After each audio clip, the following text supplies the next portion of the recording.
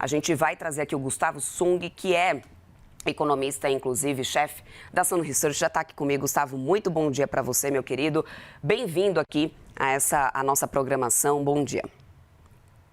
Bom dia, Débora. Bom dia a todos. É um prazer estar com vocês. Gustavo, eu vou começar te perguntando sobre a decisão do Banco Central Americano, porque sai antes, né? Então vamos pela hierarquia aqui das divulgações. Durante o período da tarde, a gente tem, então, já tradicionalmente a divulgação da decisão do Federal Reserve. Logo na sequência, a gente tem as falas do Jerome Powell. E aí, a grande dúvida nesse momento tem girado em torno de como que o Jerome Powell vai conseguir manter o tom dele mais conservador, mais cauteloso, se a gente tiver realmente esse dissenso entre os diretores do Federal Reserve. Pelo menos, de acordo com as últimas falas, os últimos discursos, a gente vê espaço para esse dissenso vir à tona agora nessa última reunião do ano. O que você espera nesse momento? Você acredita realmente no dissenso maior a partir de agora, mesmo tendo um corte de juros? Qual é a tua expectativa pelo comunicado, pelas falas do Jerome Powell? Bom, começando aqui pela nossa expectativa em relação ao corte, nós sim projetamos uma queda de 0,25 pontos percentuais para a taxa de juros norte-americana. E aqui a gente fez um trabalho de observarmos todos os comentários em imprensa, em palestra, dos diretores que são os votantes na reunião de hoje. E nós separamos em três grupos: aqueles que são os mais dovish, que têm maior preocupação em relação ao mercado de trabalho, que tem realmente desacelerado e estão indicando cortes; aqueles mais hawkish, que estão um pouco desconfortáveis com a inflação a 3%, 50% acima da meta de inflação; e nós temos aqueles moderados, que são os dependentes de dados. Uns dizem que estão mais preocupados com a inflação, os indecisos do que vai acontecer, e outros, como John Williams, anunciou que para ele era possível ter corte sim. O mercado, que estava ali com uma probabilidade de manutenção, saltou para um corte com uma expectativa de quase 80% de corte para a reunião de hoje, apenas por conta dessa fala.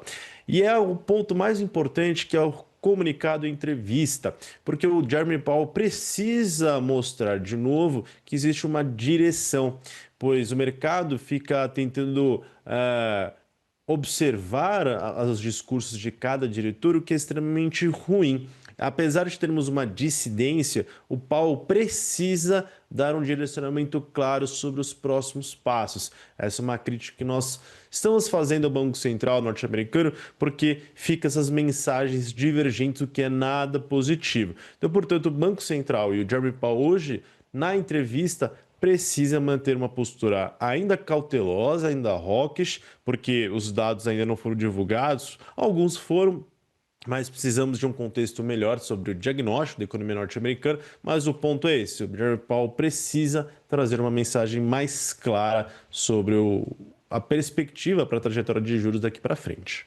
Pois é, e a gente até já tem, né, pelos operadores, uma precificação majoritária justamente por esse corte, Gustavo. Mas, ao mesmo tempo, e aí eu pego o gancho do que você mencionou, do que você muito bem lembrou, a gente tem esse apagão de dados, né? O shutdown que trouxe esse apagão de dados e que automaticamente coloca em mais dificuldade essa decisão do Banco Central americano. Você vê espaço para que, mesmo diante de uma decisão que não seja exatamente a esperada, talvez uma mudança de tom, enfim, nesse momento, isso pode acabar perdendo um pouco de credibilidade diante dessa ausência de dados que a gente teve por um período bastante considerável? Acredito que sim, e eu acho que esse é um ponto que, para mim, a credibilidade do Banco Central norte-americano vem sofrendo, vem se deteriorando por conta do shutdown, que não tem culpa do Banco Central, mas ele fica aquém para tomar as suas decisões de forma mais correta. Ele tem acesso a dados alternativos, por exemplo, o ADP, que saiu recentemente, que é a criação de vagas privadas. Houve uma perda, se não me engano, de 32 mil vagas em novembro. Então ele consegue, sim, de fato, olhar para alguns lados e compreender de uma forma parcial. Então, eu acho que esse é o ponto número 1. O shutdown, de fato, trouxe um problema extra, mas, ao meu ver, o maior problema é o Banco Central ter essa dissidência e falta de uma mensagem clara. E aí o ponto importante é que o mercado fica nessas expectativas de fato de corte. A gente precisa entender se, por exemplo, em janeiro, nas próximas reuniões, assim como vão ser divulgados novos dados, qual vai ser a postura do Banco Central norte-americano. Agora, olhando aqui agora um pouco para o Brasil, né? A gente tem, nesse momento, também aqui no Brasil, um consenso, né, mais do que majoritário, de que a gente realmente deve continuar com essa manutenção de juros por aqui. Um dos fatores, aí eu já começo pegando o gancho do que a gente estava falando aqui, que era a decisão do Federal Reserve. Um dos fatores é justamente por causa esse diferencial de juros, essa trajetória agora de política monetária lá nos Estados Unidos, né?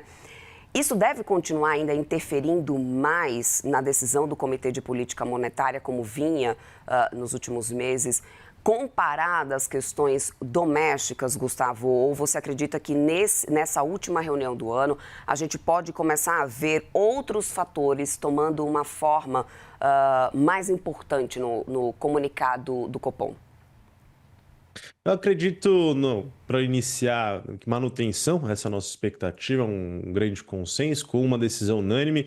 Eu acho que o Banco Central tem feito um trabalho muito mais adequado e direcionado em relação ao Banco Central norte-americano, que conversamos anteriormente. Em relação à sua pergunta, Débora, eu acho que as mesmas questões que vêm gerando um desconforto no Banco Central serão ressaltadas, que são as questões domésticas, principalmente porque para o Banco Central é um quebra-cabeça para ele iniciar o corte de juros com maior segurança e ele precisa estar bem montado. E aqui a gente precisa de um hiato do produto negativo, ou seja, o Brasil crescendo abaixo do seu potencial, que deve ocorrer no final do ano, com esses juros extremamente elevados que nós temos, que já tem impactado o crédito, atividade econômica.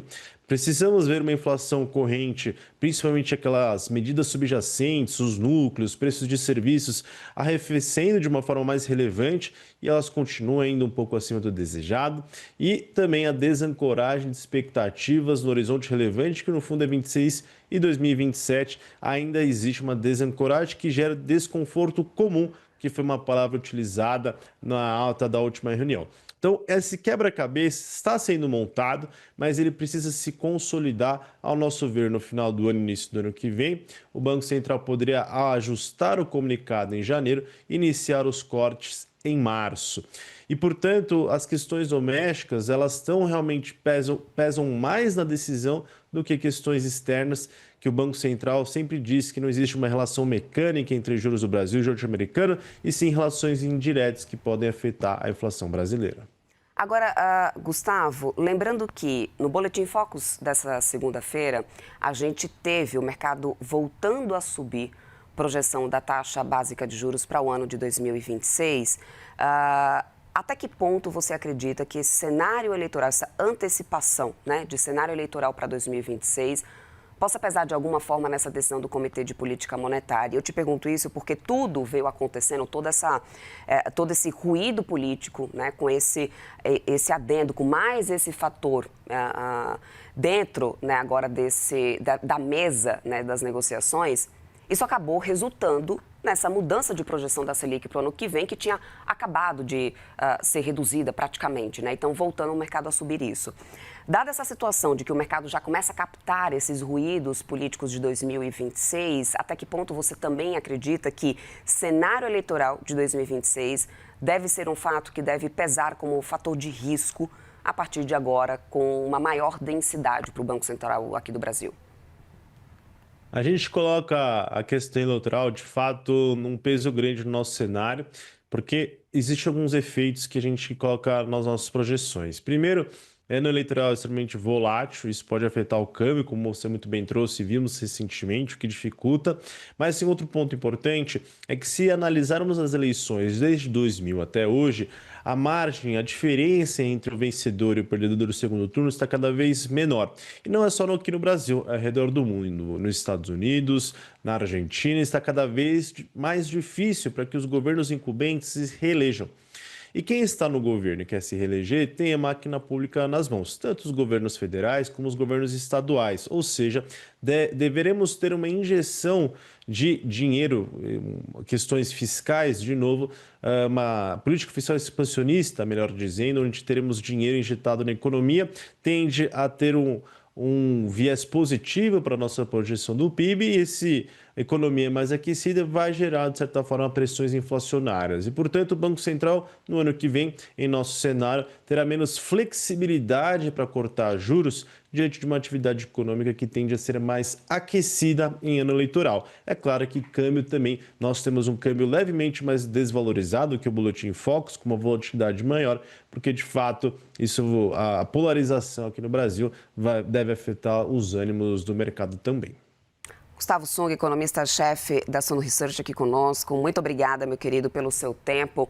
Uma ótima super quarta para você, né? Como eu disse aqui, aliás, no início da nossa edição do CNN Morning Call, poderia muito bem ser uma hiper quarta hoje, porque além de tudo isso ainda tem o IPCA, né? Olha só, muita coisa. Um ótimo trabalho para você aí, meu querido. Até uma próxima. Até uma próxima, eu que agradeço, fico sempre à disposição. Até mais.